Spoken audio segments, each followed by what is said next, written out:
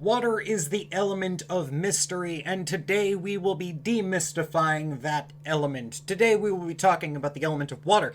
I am Dave, the Amateur Magus. On this channel I talk all about the mechanics behind ceremonial magic, occultism, esotericism, and the mechanics behind everything you can find within a dusty old grimoire. On today's episode we will be talking in depth about the element of water. If you enjoy what I do here and you want to support the channel, please feel free to go down to the link in the description and support me over on Patreon.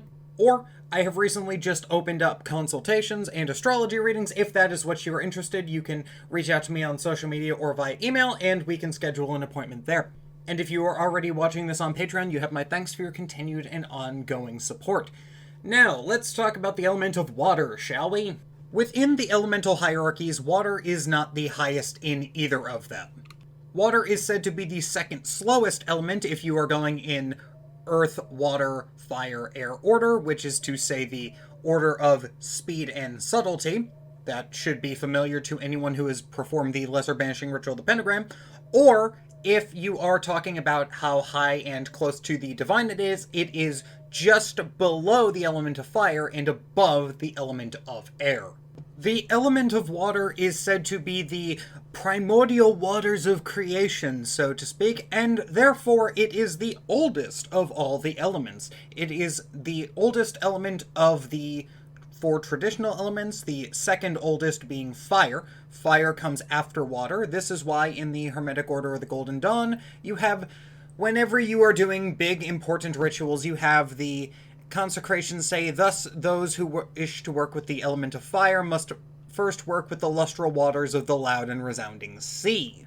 Now, on the more mundane levels, the element of water is going to be associated with the emotions and various states of emotionality. If you think about it, the way that you feel emotions is various different hormones. That is kind of how that works. If you're feeling a fear response, your body is going to pump your entire system with adrenaline, which is the liquid fear. And you will see this mimicked throughout the entire body in the various different systems. In fact, if you're having issues with various states of emotionality, it could be that you are having hormonal imbalances, which can lead to depression. Now, when it comes to the elements on a higher level, the element of water is much more terrifying and much more nuanced. Water is not a simple element. The element of water is one of the most complex elements in the entirety of the elemental lineup. The only element that is more and less complicated is fire. This is because the element of water is one of the two pure elements. What I mean is that water and fire can exist independent of the other elements. Air and earth cannot. Water is the oldest and the primordial element. Fire comes after. Fire comes when, in the Bible it's said that God says, "Let there be light." That's when fire comes into existence. Those words are the fire. Metaphorically speaking, at least. Now, when it comes down to what the element of water is from a more mundane, everyday perspective, we want to use the element of water whenever things require flow. This is why there is such an important emphasis placed on the flow state. When you are in the flow state, there is no resistance to your creative endeavors and what you're trying to do. You are just kind of going along with the creative flow, which is why it is called a flow state. Now, water is useful for everything you need to flow, and everything you want coming in and going out, you need the element of water for. This is why we use the moon, traditionally speaking, for a lot of magic, because the moon is the most watery of the planets, and it also controls the tides. This is relevant because the color blue is typically associated with the element of water, at least in the modern Western system. Now, when it comes down to, is the element of water always going to correspond to the color blue? Unlike the element of fire, who is always red in every single thing that it is associated with, no. The element of fire is usually going to be associated with some vague form of clear, light blue, or just normal blue. And this is due to the development of language. For those of you who don't know, the color blue was actually named last in a majority of different languages. Now, when it comes down to the element of water's 3 zodiac signs, you of course have Cancer, you have Scorpio, which we will talk about in a little bit, and Pisces, which is my favorite mutable sign. Apologies to anyone with a strong Pisces placement. The zodiac sign of Pisces is my least favorite sign, and we will talk about why when we get there. But let's begin with the cardinal sign. The beginning of water is Cancer. Cancer is going to be the first of the water zodiac signs. It signals the beginning of summer and is traditionally associated with motherhood, security, and safety. Now, when you go and you look at the zodiac sign of Cancer, crabs do not walk forward. Usually you will see crabs are walking side to side. When you crab walk, you are walking side to side. That's kind of how that works. And the thing about it is, when you look at the sign of Cancer, Cancer does not do things directly like Aries or Capricorn. The sign of Cancer is trying to do things in a safe way, which is usually going to result in it doing things in a way that is very much roundabout. Now, when it comes to the fixed sign, it is the sign of Scorpio, which is an inherent paradox because it is the fixed sign of what is probably one of the most mutable things. If you think about it, the sign of Taurus is going to be the most immovable of signs. This is going to be the fixed earth sign. This is the stable, everything is going to stay the same forever sign. And on the opposite, we have the least stable of all of the zodiac signs. And that is because the sign of Scorpio is the sign of change. Now, the sign of Scorpio is going to be the sign of fixed water, which you cannot have a fixed anything, as we discussed previously. There is, however, one aspect of the sign of Scorpio that can be fixed, and that is the fact that it is always changing. The sign of Scorpio is associated with sex, death, and transformation, primarily transformation. This is one of the reasons why all magic is associated with the sign of Scorpio, because it is, in essence, change. We are using magic to change the world and ourselves whenever we need to. Now, it should be noted that all 3 of the signs of water are associated with intuition and psychic phenomenon. I just mentioned that Scorpio is actually the sign of magic, but what I didn't mention is that Cancer is the sign of intuition. And that is important because Pisces is the sign of psychic phenomenon itself, along with various other things. Now, the sign of Pisces, as I mentioned before, is my least favorite sign, but it is my favorite sign to hate on. That is because the sign of Pisces is associated with psychic phenomenon, music, and loneliness, solitude. Anytime that you have to do anything alone, it is usually a Piscean effort. This includes meditation. Now, the main thing about the sign of Pisces is that it's also going to be associated with music and raw emotional form.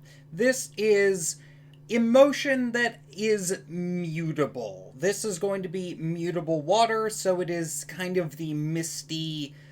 It's a more misty form of water. It's more of the streams that flow into the ocean rather than the ocean that is Scorpio.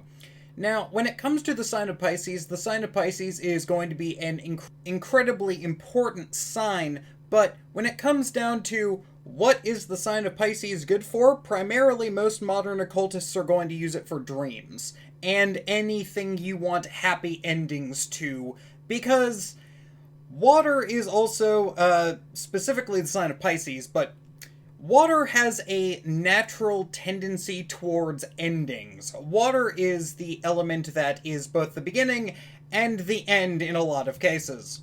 And when it comes to the sign of Pisces, it is quite literally the ending of the zodiac, which is why it is associated with endings and solitude. It is kind of the person meditating upon the final section of the story in a lot of cases, and usually singing a song because music is associated with sign of Pisces as well. It's kind of the lo-fi beats guy, if you've ever seen that. The guy who's listening to dark ambient music in the room for the lo-fi girl. But yeah, so So, when it comes to the sign of Pisces, and when it comes to the sign of water in general, what should you be looking for, and what should you be aware of when it comes to working with the sign of water? Well, you should be worried about emotionality, and when you start working with the element of water, things are gonna come loose.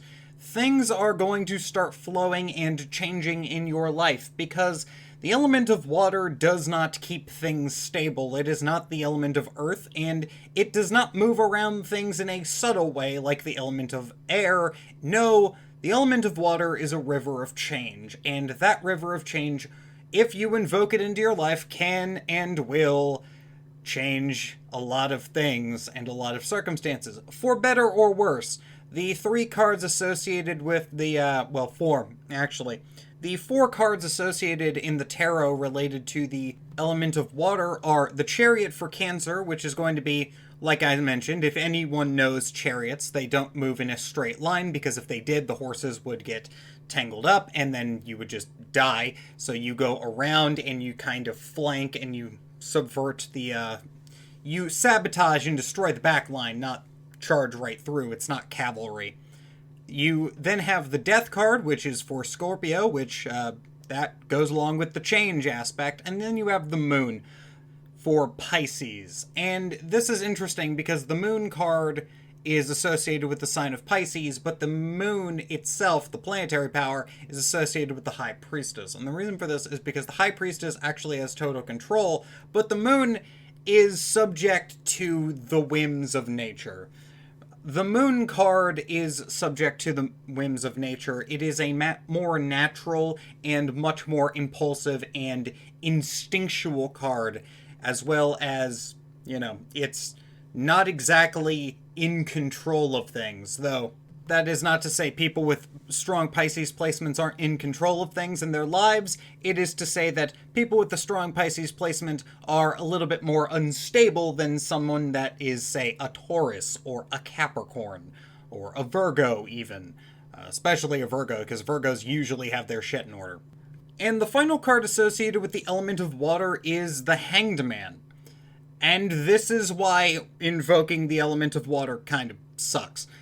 The element of water, being the Hanged Man, is representative of new perspectives as well as letting go. The Hanged Man is, self-sacrifice, and that usually happens when you're invoking the element of water, because the bad stuff has to be cleaned off so that you can still have the good, wholesome, high-quality stuff. And that is the important thing about the element of water. The element of water keeps the good, gets rid of the bad, and has things that you need flowing into your life. And if you have a blockage, you might need to get a little bit of a cry session on so that the element of water can get those tears flowing, so to speak. So yeah, I have been Dave the Amateur Magus. This has been the video on the element of water.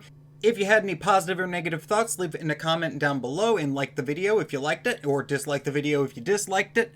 If you want to support the channel, subscribe over on Patreon for exclusive content, and if you're looking for an astrology reading or some kind of spiritual consultation from me, you can reach out to me on social media and we can schedule an appointment. Once again, thank you everyone for watching. Hope everyone is having a good day, and if you're not having a good day, hope your day gets better. Take it easy, take care, see you next time.